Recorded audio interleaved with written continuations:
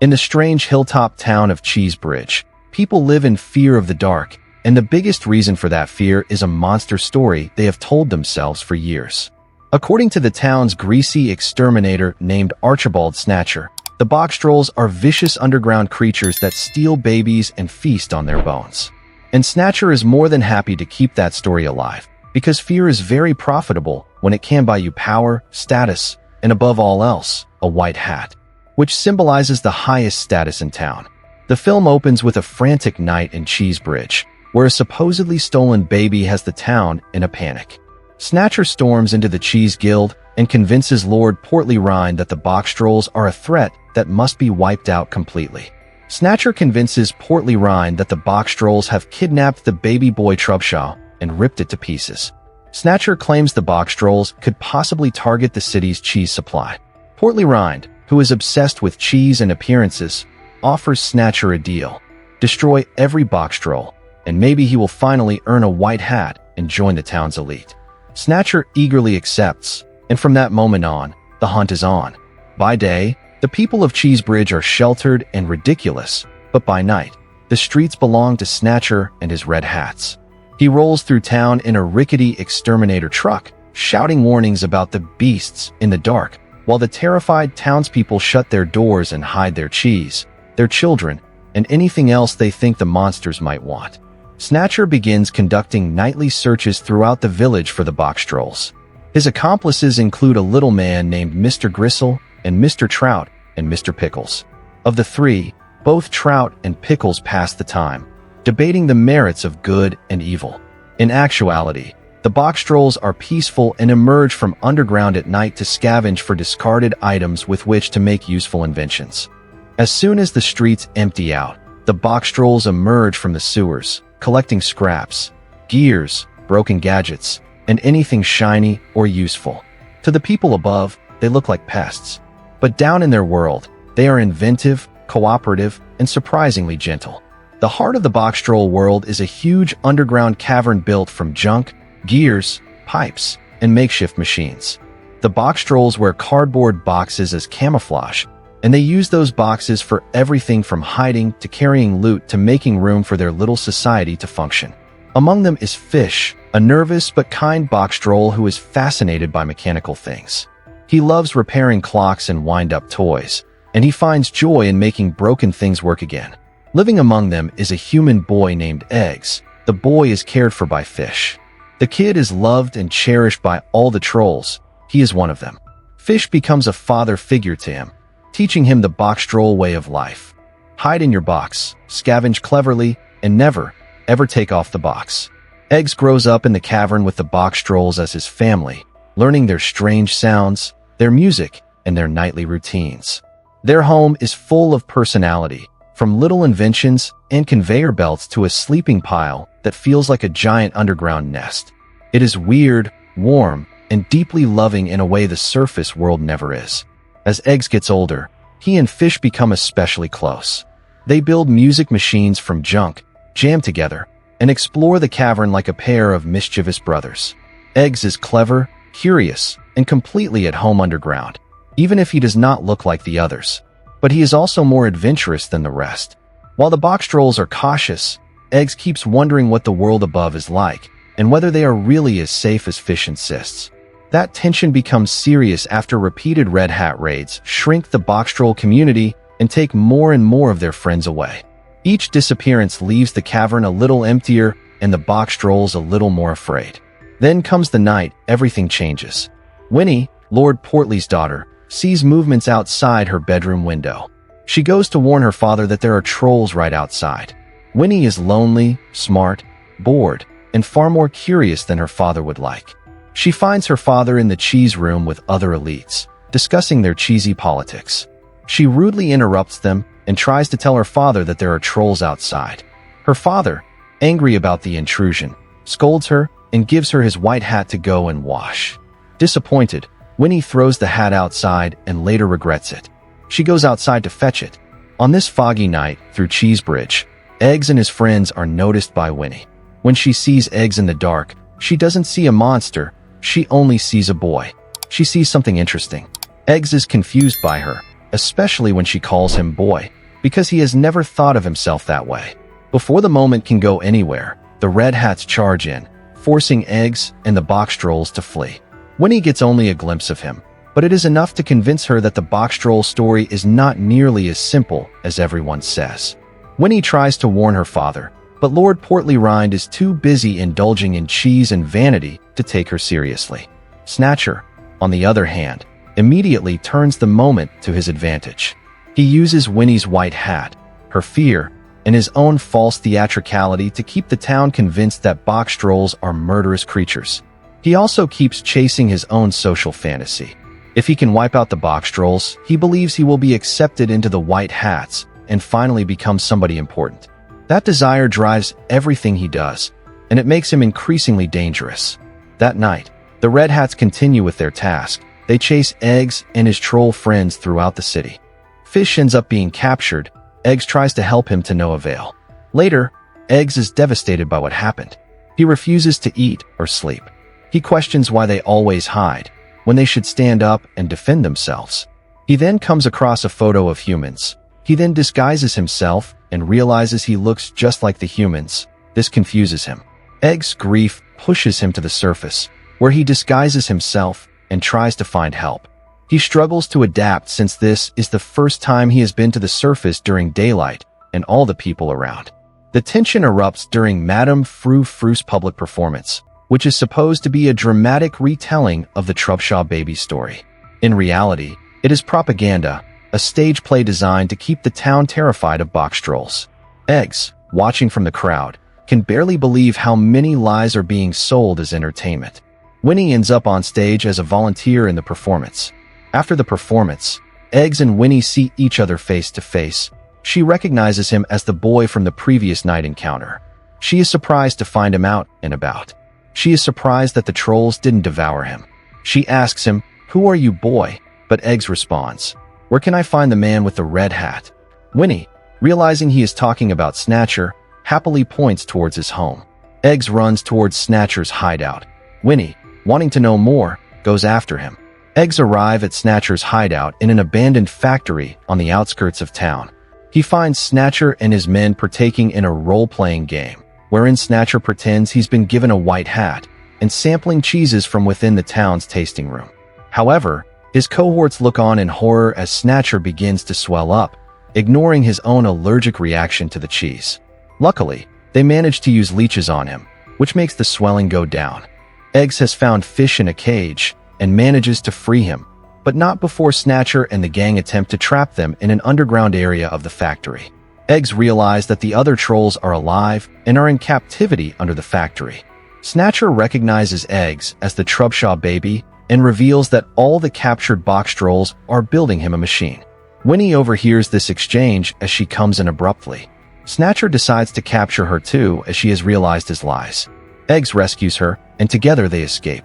She, Eggs, and Fish escape from Snatcher and take shelter in the Boxtrolls' caves. At first, Winnie is scared. She thinks she's going to be eaten, but realizes the trolls are more afraid of her than she is of them.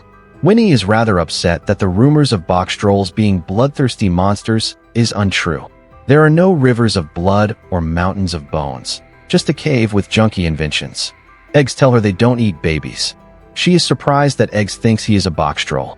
She begins to explain to Eggs that he's actually a human boy and not a Boxtroll. That's when Fish begins to explain the truth to him. He explains that Eggs' father had given him to them to keep him from Snatcher. Fish also tells how they once befriended a human inventor who happened to be Eggs' father.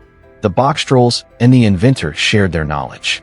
Eggs' father was a builder of machines himself and refused to cooperate with Snatcher to build an evil contraption for him. When Snatcher tried to kidnap Eggs, Herbert Trubshaw decided to hand over Eggs to the Boxtrolls, who were builders just like him and were his friends and had his trust. Winnie becomes his unlikely ally. She finally understands that the Boxtrolls are not monsters, and she decides to stand with him. Their partnership becomes one of the film's best things, a scrappy, awkward friendship built on truth instead of fear. Together they start to piece together how Snatcher has manipulated the whole town. The lie is bigger than just the Boxtrolls. Snatcher has used the Boxtrolls as a ladder to climb towards status. and the people of Cheesebridge have been too vain and cowardly to look too closely at what he is doing. Eggs wishes to expose Snatcher, as well as put to rest the negative thoughts of the Boxtrolls. Winnie agrees to help Eggs tell Portly Rind the truth. The plan is that if Portly Rind knows that the Boxtrolls didn't kill the Trubshaw baby, then he will recall Snatcher and stop this persecution of the Boxtrolls. Winnie tells how there's a gala at the city hall that evening, and with the Boxtrolls' help, dresses Eggs to look like a proper boy. Winnie and Eggs beams to the surface to attend the ball. She explains to Eggs how to interact with the guests. When you meet someone, you must look them in the eyes and shake hands. At the gala, Eggs ridiculously starts shaking hands at everyone.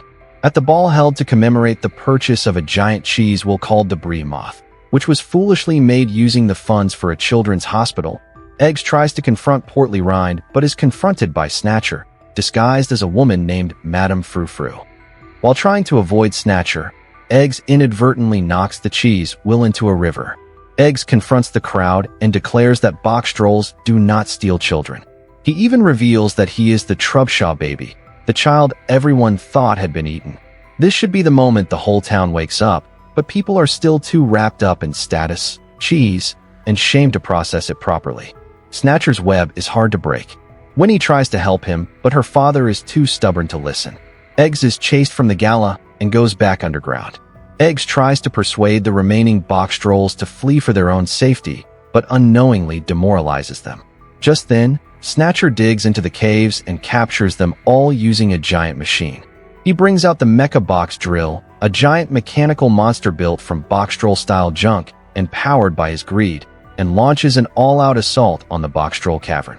The machine is huge, ugly, and frighteningly effective, like a nightmare made out of scrap.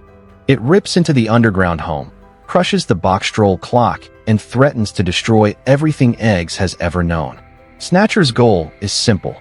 Capture the remaining Boxtrolls, force Portly Rind to hand over the white hat, and claim his victory in front of the whole town. Inside the cavern, the Boxtrolls panic. They freeze the way they always do, hiding in their boxes while the machine tears their home apart. Eggs is furious. He shouts at them to stop hiding and run, but his fear has turned into something bigger, leadership. He finally understands that the Boxtrolls do not need to act like victims. They built their world from scraps, and they can fight for it too. Eggs is knocked unconscious, and he too is taken away. Eggs awakens chained upside down next to an old man who seems to be crazy. Eggs wonders who he is, and Snatcher reveals he is Herbert Trubshaw, Eggs' father, a prisoner beside him. Snatcher has locked him away for years. He has been using the trolls and Trubshaw to build his machines. Eggs sees the Boxtrolls stacked in a crusher and begs them to run, but due to fear the trolls don't move. He pleads with them, telling them to stand up for themselves and fight, but they don't. Snatcher activates the machine and crushes the boxes with the trolls inside. And just like that, it seems the trolls are no more. Eggs cries his tears out as he watches his entire family he ever knew eliminated. Snatcher drives his machine to Lord Portly Rind's house, shows him the flattened boxes as proof of the Boxtrolls' extinction, and demands Portly Rind's white hat, his symbol of office, in exchange for the last Boxtroll, which actually is Eggs disguised as a troll. The townspeople start to demand the white hat for Snatcher as he has eliminated all the monsters. Mr. Portly has no choice but to comply with the people's demand. Portly Rind reluctantly begins to make Snatcher a member of the city's council, as his henchmen lower the disguised Eggs into the furnace of the machine. Winnie tries to convince his father that it is all lies, but he doesn't listen. She then goes to Trout and Pickles and begs them to stop this menace. The two are surprisingly touched by her words, and they stop lowering Eggs down. But Gristle takes the controls from them and continues with the process. However, the mood is ruined when Snatcher's other machine appears, with the Boxtrolls at the wheel and Eggs' father. It turned out that Eggs' speech did work, and they came out of their boxes before the crusher smashed down. Seeing the trolls, everyone starts panicking and running away. The Boxtrolls and Herbert free Eggs. He reunites with them and Winnie. Everyone is shocked at what they are seeing. Winnie tells them that the Boxtrolls were never the monsters and that all the stories told by Snatcher are lies. Even Herbert, the supposedly dead inventor and Eggs' real father, returns and shakes up the whole story by proving Snatcher's biggest lie was false from the start. The Boxtrolls were never the monsters. Snatcher was. Snatcher tries to take Portly Rhine's hat by force. The battle spills into Cheesebridge in a huge climax. Snatcher crashes through the market square with the mecha drill, chasing Portly Rhine and terrorizing the town. Eggs assembles all the trolls, now out of their boxes and no longer afraid. They decide to take down Snatcher once and for all. As the mecha drill rages, the Boxtrolls finally fight back in full force. They climb the machine, rip off parts, snap cables, and sabotage it from every angle. The machine begins to collapse under its own weight. Snatcher keeps screaming about his white hat and his destiny, but destiny has become a joke. He is not a noble hero. He is a small, cruel man being dragged down by the lies he built around himself. Winnie starts playing keep away with the white hat. Together with Pickles and Trout, the red hats who are not nearly as committed to evil as Snatcher is and have switched sides completely. Eggs, Herbert, and the Boxtrolls disable the machine. The mecha machine falls, crushing Gristle in the process, while Eggs and Snatcher are thrown clear and land on the recovered brie moth cheese. For a moment, it seems like the nightmare is over. But Snatcher, being Snatcher, refuses to stay buried in disgrace. He rises from the cheese transformed into a grotesque, swollen monster. His allergy to cheese expands him into an enormous size. He kidnaps Win and forces Lord Portly Rhine to give up his hat in exchange for Winnie's safety. Still clutching Winnie and still demanding the white hat. Even then, the movie keeps its sense of absurdity because Snatcher's monster form is both terrifying and ridiculous at the same time. He is what happens when vanity and greed eat a person alive, and using them as hostages demands they all go to the tasting room. In the room, Portly Rhine presents Snatcher with a very rare cheese, and Winnie manages to escape by biting him. Even so, Snatcher is about to take a bite of the cheese when Eggs asks him to reconsider, claiming that cheese and position in society don't make a person who they are, but Snatcher refuses to listen, claiming that this is his destiny. He takes a bite of the cheese and promptly explodes from his cheese allergy. At the very end, Snatcher gets nothing he wanted. He does not become noble. He does not become respected. He becomes exposed. The town sees him for what he is. The Boxtrolls are accepted. Winnie is finally heard, and Eggs learns that family is not about species or labels. It is about love, care, and the people who stay when things get dark. The Boxtrolls return to their world, but now the surface and the underground are no longer separated by fear alone. They have a chance to live differently. And as for Cheesebridge, it may never be normal, but it is at least a little more honest than it was before. The townspeople now coexist peacefully with the Boxtrolls. So that is the story of the Boxtrolls, a darkly funny fairy tale about a boy raised by underground misfits, a girl who refuses to believe the lies she was taught, and a villain so desperate for a white hat that he destroys his own life chasing it. It is weird, charming, a little chaotic, and surprisingly heartfelt all the way through. Thanks for watching. Please like and subscribe for stories like this.